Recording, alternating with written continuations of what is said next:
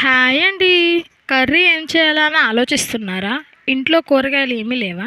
లేకపోతే ఈ సింపుల్ రెసిపీని ట్రై చేయండి. చాలా అంటే చాలా టేస్టీగా ఉంటుంది. లేట్ చేయకుండా ప్రాసెస్‌లోకి అయితే వెళ్ళిపోదాం. నేనైతే 2 కోడిగుడ్లు తీసుకున్నాను. మీకు ఎన్ని కావాలో అన్ని తీసుకోండి. అందులో కొంచెం పసుపు, కారం, ఉప్పు, మిరియాల పొడి వేసి వీడియోలో చూపించే విధంగా బాగా అన్నీ కలిసేలా కలుపుకొని పక్కన పెట్టుకోండి.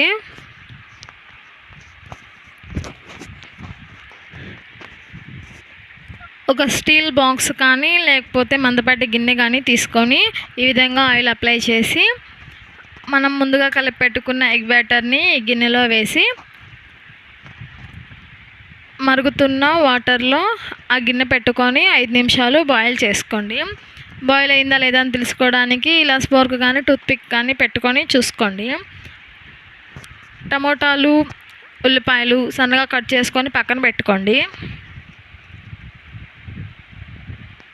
స్టవ్ ఆన్ చేసి బాండీ పెట్టి ఆయిల్ వేసి పోపు దినుసులు, కరివేపాకు చిట్పట్లాడాక సన్నగా తరిగిన టమోటో, సన్నగా తరిగిన ఉల్లిపాయ వేసి బాగా ఫ్రై చేసుకోండి.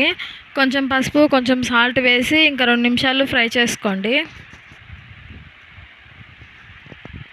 బాయిల్ చేసి పెట్టుకున్న ఎగ్ని ఇలా పీసెస్గా కట్ చేసి పక్కన పెట్టుకోవాలి.